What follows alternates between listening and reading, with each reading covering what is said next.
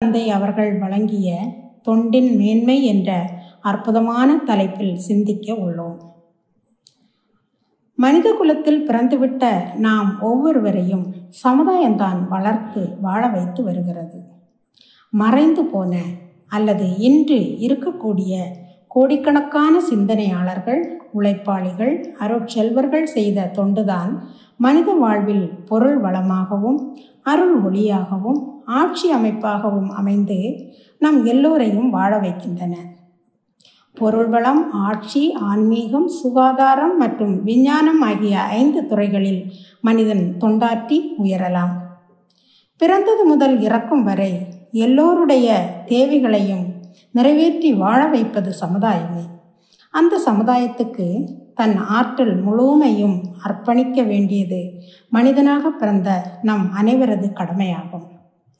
இவற்றையெல்லாம் பின்பற்றுபவர்கள்தான் தொண்டர்கள் என்று அழைக்கப்படுகிறார்கள்.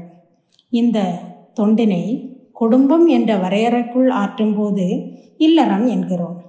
இது குறுகிய எல்லையில் நிற்கும் தொண்டாகும். சமுதாய அளவில் விரியும் போது அதை துறவறம் என்கிறோம். குடும்ப கடமைகளுக்கு ஊறு இல்லா அளவிலும் முறையிலும் தொண்டாற்றி வெற்றி பெற வேண்டும்.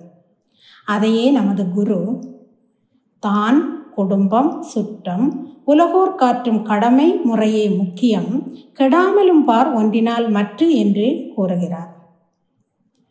இயற்கை நிலையினையும் எண்ணத்தின் நிலையினையும் இன்ப துன்ப இயல்பினையும் அறிந்த பேரறிவின் எல்லையில் நிலைத்து தான் தனது என்று குறுகி நிற்கும் எல்லையை கடந்து தன்னை இந்த உலக மக்களின் வாழ்வின் நலத்துக்காகவே அர்ப்பணித்து எண்ணம், சொல், செயல் என்ற 3 வித ஆற்றல்களை பயன்படுத்தும் பெரும் நோக்க செயல் தொண்டு ஆகும். ஆகவே தொண்டு மதிப்பு மிக்கது ஆகும். தொண்டு போற்றுதலுக்குரியது ஆகும் என்கிறார்கள் மகான்கள். எப்போதும் பிறருக்கு நன்மை செய்யும் அளவுக்கு நாம் தயாராக இருக்க வேண்டும். அந்த நிலைக்கு வந்துவிட்டால் அதுவே எல்லாம் வல்ல இறைநிலைக்கு ஆற்றும் தொண்டு ஆகும். இறைவன் மனிதனுக்கு அறிவை தந்தது மனிதன் இறைவனை அறிந்து கொள்வதற்காக. மிகுந்த ஆர்வத்துடன் ஏழைகளுக்காக நற்பணியாற்றும் அன்பு எங்கு உள்ளதோ அங்கு இறைவன் இருக்கின்றார் என்பது ஆண்டோர் வாக்கு.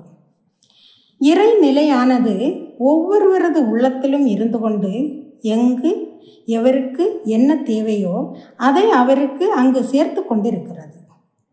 வாழ்க்கையில் மன நிறைவும் மகிழ்ச்சியும் பெறுவதற்கான ஒரே வழி தொண்டு தவிர வேறொன்றும் இல்லை.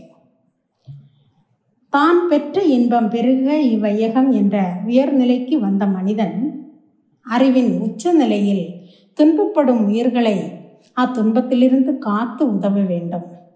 மீண்டும் துன்பத்திற்கு ஆளாகாமல் இருக்க அறிவில் முழுமை பெற செய்ய வேண்டும். பயிற்சிகள் மூலமே உடல் நலம், மனவளம், நட்பு நலம், நாட்டு வளம் காத்து மனிதகுலம் உயர்வு பெற வேண்டும். அதற்காக சிந்தித்து திட்டமிட்டு செயல்முறைகளை வகுத்து மக்களுக்கு பயிற்சி அளித்து காப்பதே ஆன்மீக தொண்டாகும். வாழ்வதனை முற்றுணர்ந்து அதை அமைதி வெற்றி வழிகண்டு வாழ வைக்கும் பேரறமே தொண்டு என்று குரு கூறுகிறார்கள்.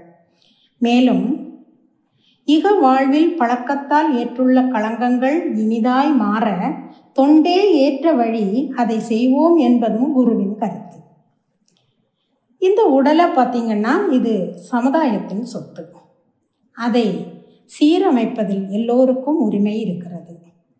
சமுதாய நல தொண்டாற்றுபவர்கள் உடல் நலனிலும் அக்கறை கொண்டு பாதுகாத்துக் கொள்வது மிக மிக அவசியம்.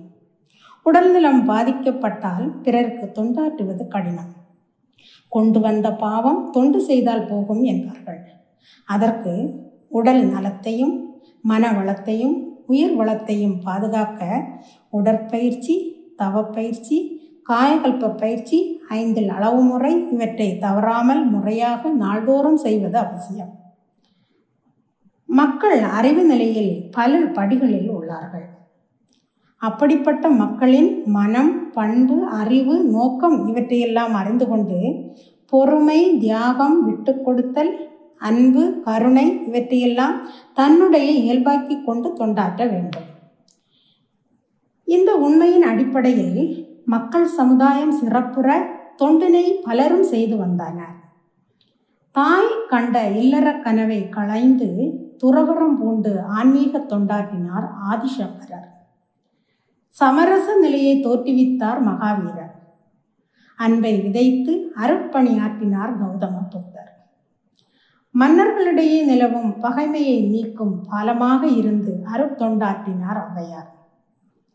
அதே போல அன்பர் பணி செய்ய என்னை ஆளாக்கி விட்டுவிட்டால் இன்ப நிலை தானே வந்தெய்தும் பராபரமே என்ற தாயுமானவர் வாக்கிணங்க சீவகாருண்ய நெருக்கி மக்களை உட்படுத்தினார் வள்ளல் பெருமானார்.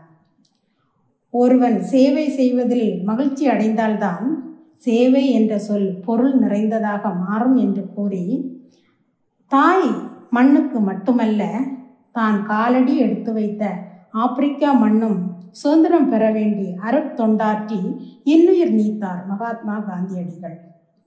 அவரோடு கைகோர்த்து ஈடுபட்டவர்கள் பலர். அனாதைகளையும் ஆதரவற்றவர்களையும் அரவணைத்து சமுதாய தொண்டாற்றினார் அன்னை தெரசா. பிறருக்காக வாழ்வதே தொண்டு ஆகும்.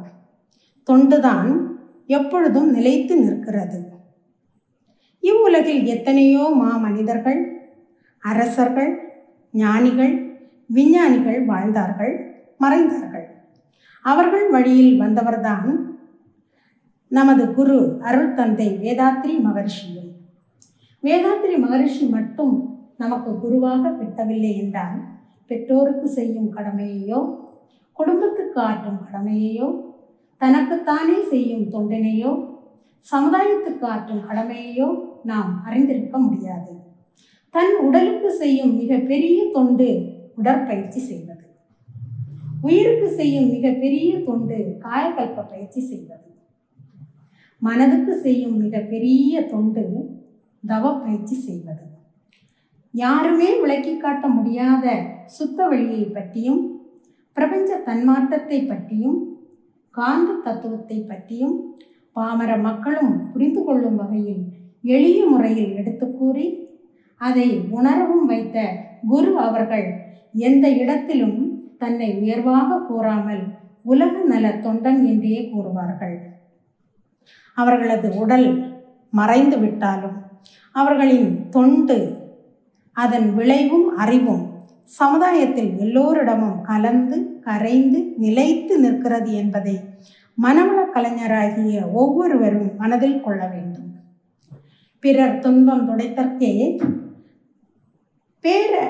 பேரறிவோடு அர்ப்பணித்தல் தொண்டு ஆகும் என்று தொண்டின் பெருமையை பாடிய வேதாத்ரி மகரிஷி அவர்கள் மக்கள் தொண்டே மகேசன் தொண்டு என தன்னை ஆன்மீக தொண்டில் ஈடுபடுத்தி கொண்டதோடு அல்லாமல் லட்சக்கணக்கானோர்களை அத்தொண்டில் ஈடுபட வழிவகுத்தார்கள்.